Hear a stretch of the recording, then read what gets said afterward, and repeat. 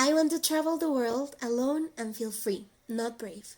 Today, International Women's Day, I want to talk about traveling, migrating, and the inequalities we face as persons that identify as women when moving around this world.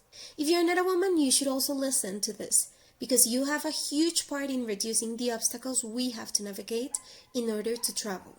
Learning about Moroccan Darija dialect with my housemates that became like sisters, beating my fears, jumping from a tree branch in a Tanzanian hot spring, crying with an elephant and learning why we shouldn't ride them in a Thai island, seeing whales for the first time with my French friends in a beach of the Colombian Pacific, even moving in with my English love stuck in the UK during a pandemic while I learned to appreciate the beauty of growing your own food. Traveling has shaped every piece of what I am. I recognize that I speak from comfort and privilege of someone who has been supported by family and multiple full scholarships and fellowships. However, I believe the privilege of traveling as a woman, more than being a pleasurable individual act, can challenge the dynamics, stereotypes, and dogmas of this planet. In particular, women who travel alone or with other women are reclaiming back a space that has historically been forbidden to us. Before, it was unthinkable to travel without a chaperone or caretaker man. Before, it was impossible for women to go on a road trip because we were not allowed to drive. Before, we were a property without voice or vote, a time bomb that must be married as soon as possible, a being with no allowed prospects other than pleasing and raising the kids. We are still being killed all around the world for being women. We are still disrespected by abusive partners, toxic families, expectations, and rules of what we should be and do. We are still in the fight for equality. Likewise, we strive daily and reclaim spaces that should be ours from the beginning. We are powerful.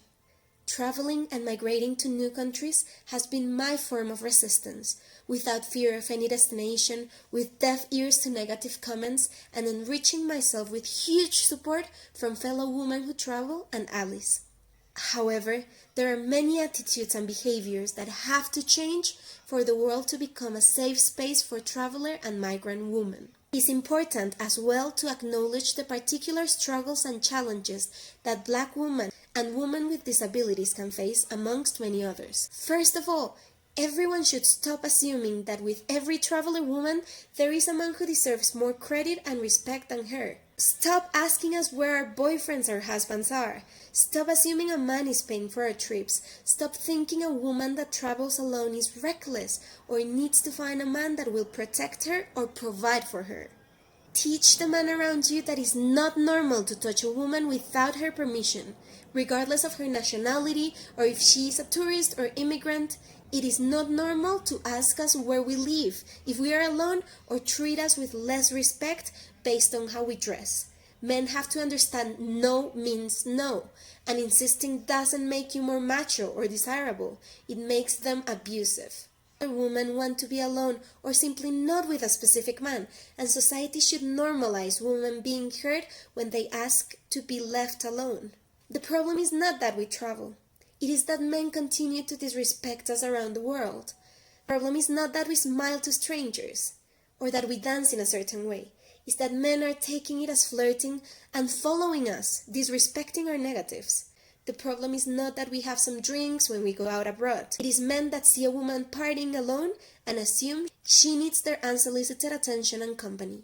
The solution should never be to tell us not to travel or not to go to specific places, but to educate men. Same as it's not about what we wear or how much we drink, but about understanding and respecting consent.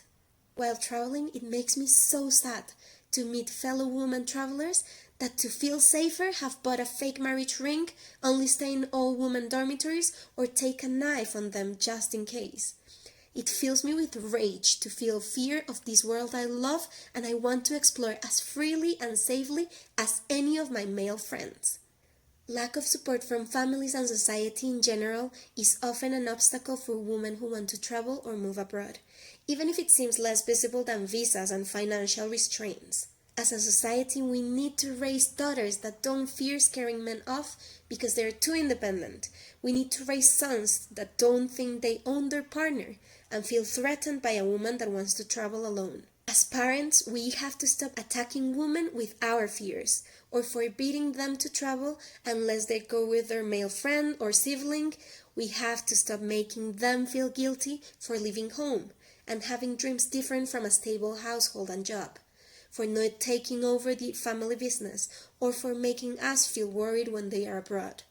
Even if many of these attitudes are born in love, they are toxic and they restrict our freedoms and our full development as individuals. Should we all stay locked up? With this reminder of the challenges that women travelers face, far from discouraging other women to travel, I want to bring into the conversation loud and clear the urgency of the world to change and become a safe place where we can live and travel. Today I needed to share my desire that the experiences that have shaped me are more fair and more open to all the girls that dream of seeing the world. Stop seeing girls and women as powerless. Stop forbidding us to travel, thinking you are protecting us, as if we had no right to this world but to the small piece of land where we were born, as if we had no say or free will on our own futures. Support us if we dream of hiking beautiful Mount Kilimanjaro or driving a motorcycle through temples in Yangon. Encourage us to dive in the islands of the Pacific and understand our grief when leaving places we can call home around the world.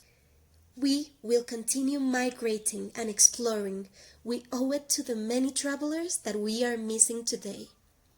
If you have sisters, daughters, aunts, mothers that want to travel, never clip their wings.